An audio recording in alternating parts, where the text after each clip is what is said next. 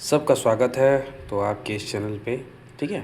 तो आज मैं एक जनरलाइज्ड जो भी है आपका कैसे आप 10 घंटे पढ़ सकते हैं एक दिन में, वो सब उसके बारे में हम बात कर सकते हैं। ठीक है। तो देखिए, एक प्रैक्टिकली मैं बता देता हूँ कि 10 घंटे पढ़ना मतलब थोड़ा सा हार्ड टास्क हो जाता है। आप 10 घंटे बैठेंगे तो आपका 8 घंटा या फिर 8.5 घंटा का प्रोडक्टिविटी निकलेगा।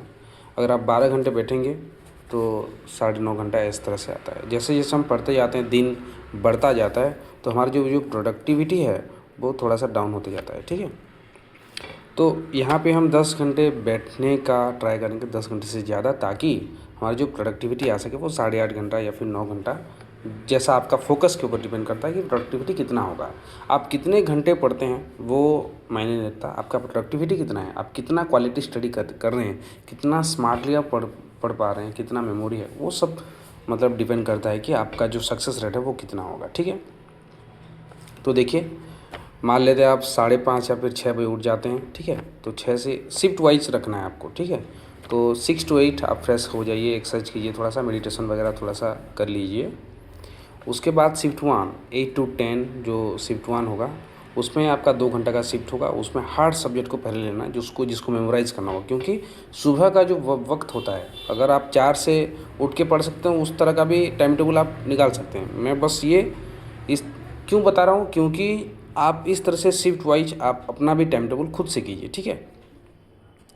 तो 8 से 10, ठीक है, 2 घंटा हार्ड सब्जेक्ट या फिर जो भी है मेमोरी वाला। 10 से 10:30 की ब्रेक ले लीजिए, क्योंकि आप उठ चुके हैं 6 बजे से, आपको रेस्ट नहीं मिला है अब तक। ठीक है।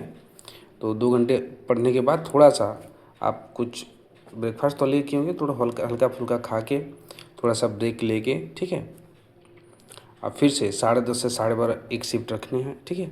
शिफ्ट 2 आवर्स इसमें मॉक दे सकते हैं या फिर कुछ और जो आपको पसंद है, पर ये एक शिफ्ट है। उसके बाद 12:30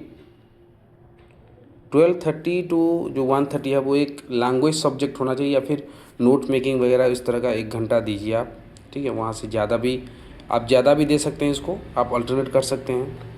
उसके बाद 1:45 से 3 PM तक आप पढ़ाई वढ़ाई रोक दीजिए भाई, बहुत पढ़ चुके हैं, थोड़ा सा रेस्ट लीजिए, थोड़ा सा एक छोटा सा नैप लीजिए, अपने आप को रिफ्रेश कीजिए। ठीक है। हमको एक दिन में सब कुछ ख़त्म नहीं करना है, पूरा एग्ज़ाम को ही ख़त्म कर देना है अपने जीवन से। ठीक है। तो 3 से 5:30 आप शिफ्ट 3 रखिए, जो भी है आपका खुद का सब्जेक्ट रखिए। 5:30 to 6 फिर से एक ब्रेक लीजिए। मैं देखिए, अभी आपको मैं बोल रहा हूँ ना, ये लेट से कि 3 से 5:30 शिफ्ट 3 पूरा नहीं, ऐसे नहीं पढ़ने हैं। 1 घंटे में 5 मिनट ऐसे ब्रेक लेके भी पढ़ना है। ठीक है। तो ज़्यादा सोचना नहीं है, बस कंसंट्रेट बनाए रखिए और वीडियो को अंत तक देखने के ट्राई कीजिए। हालांकि कुछ लोग शिफ्ट अभी से चले गए होंगे, और जो भी बचे हैं उनके लिए एक छोटा सा चीज़ है, मैं बताऊंगा। 6 to 8:30 जो शिफ्ट 4 है उसमें 2.5 आवर है। इसमें देखिए लॉन्ग आवर्स में इसलिए रखा हूँ, इसको आप बहुत ज़्यादा मतलब आपका अगर जो मॉक वगैरह उसका एनालिसिस कीजिए, थोड़ा सा रिवाइज कर लीजिएगा, कुछ भी आप जो भी मन कीजिए वहाँ पे कीजिए। पर इस 6 से 8:30 तक उठना नहीं है। उसमें ज़्यादातर टाइम यहाँ पे वेस्ट हो जाता है। इवनिंग टाइम में थोड़ा सा घूमना ये सब नहीं है, पूरा वो यूज कीजिए उसको। आपको इसको अगर तोड़ना है तो तोड़ भी सकते हैं 1 घंटा 1.5 घंटा में, और अपना सब्जेक्ट रखना है। 8:30 to 9:30 जो है वो आपका खुद का टाइम है। आप किसी से बात कीजिए, थोड़ा सा अपने दोस्तों के साथ बाहर जो जो पढ़ रहे होंगे उनके साथ थोड़ा आधा घंटा इधर उधर गप्पे लड़ाइए। ठीक है। माइंड को थोड़ा सा रिलैक्स कीजिए। घर पे आइए, खाना वाना खा के आराम से 9:45 को बैठ जाना है, और 10-5 जो जो आप पढ़े हैं थोड़ा सा ओवरलुक करना है। आप रिवाइज कर लिए हैं। ठीक है। और फिर 10:45 में से मोबाइल रख लीजिए, पूरा साइड में रखना है। 10:45 to 11 जो है वो प्लानिंग करना है अगले दिन के लिए। जैसे एक दिखा देता हूँ मैं अपना, ऐसे एक छोटा सा डायरी ले लिया हूँ मैं दोस्तों। देखिए, ऐसे 22-23 में जब पढ़ रहा था इस तरह से करता था। उसके बाद देखिए ऐसे जो भी कंप्लीट हुआ उसको टिक कीजिए, फिर नहीं, फिर अगले दिन ऐसे जो भी टिक नहीं हुआ उसको राउंड अप कर दिए, अगले दिन उसको फिर पढ़ना है। इस तरह से मैं करता था। ठीक है।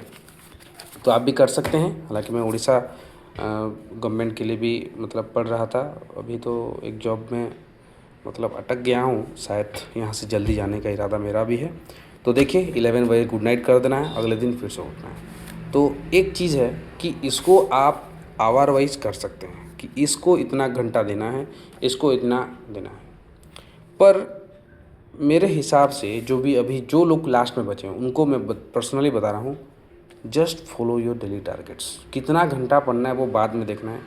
अगर टारगेट्स पूरा नहीं हुआ तो सोना नहीं है, अगले दिन उठो ना उठो वो अलग बात है। पर आज अगर मैं उठा हूँ, मान लेते हैं आज इंग्लिश का 10 वर्ड में मतलब याद करना है, मैथ का एक चैप्टर का 50 क्वेश्चन करना है, इस तरीके से 3-4 जितना आपका कैपेसिटी है उससे थोड़ा ज़्यादा ही लेना है हमेशा। पूरा ज़्यादा नहीं लेना है, नहीं तो आप पूरा मतलब डिप्रेस हो जाएंगे। ठीक है, मैं कुछ भी नहीं कर पा रहा हूँ ऐसे। और एक ऐसा दिन आएगा, एक ऐसा दिन आएगा जब आप मतलब 5 तो लिखे होंगे पर कंप्लीट हुआ होगा सिर्फ 1 या 2, उस तरह का भी आएगा। उससे अपना जो मोटिवेशन है वो डाउन नहीं करना है। ठीक है, तो आप बस अपने जो टारगेट्स हैं उसको पूरा कीजिए। टाइम टेबल बस इसलिए रखिए क्योंकि उस वक्त मुझे सिर्फ पढ़ना है। ये जो सुबह से मतलब लगे हैं 8 से रात के मतलब 11 बजे तक, इससे मैं सिर्फ पढ़ाई में यूज करूँगा, इसलिए टाइम टेबल यूज आता है। नहीं तो मैं 2 से 3 सिर्फ मैथ पढ़ूंगा, अरे मैथ का तो एक चैप्टर 4-5 घंटा ले लेगा तुम्हारा, अगर सब हर टाइप के क्वेश्चन करोगे। परसेंटेज लेके बैठोगे तो राकेश यादव सर के जो 3 घंटे का वीडियो वो उसमें चला जाएगा। तो उस तरह से नहीं होता है। ठीक है, बस डेली टारगेट्स को पूरा कीजिए, मॉक दीजिए, हमेशा मोटिवेटेड रहिए। कुछ भी प्रॉब्लम हो, जिस तरह का भी आपको, मेरा जितना भी हो सके मैं आपको आपके लिए तैयार हूँ। कमेंट सेक्शन आपके लिए खुला है। ठीक है, तो आप बस मेरे साथ बने रहिए। All the best. 10 आवर्स क्या, एक दिन आप 12 घंटे भी पढ़ रहेंगे आपको पता भी नहीं चलेगा। ठीक है, थैंक यू।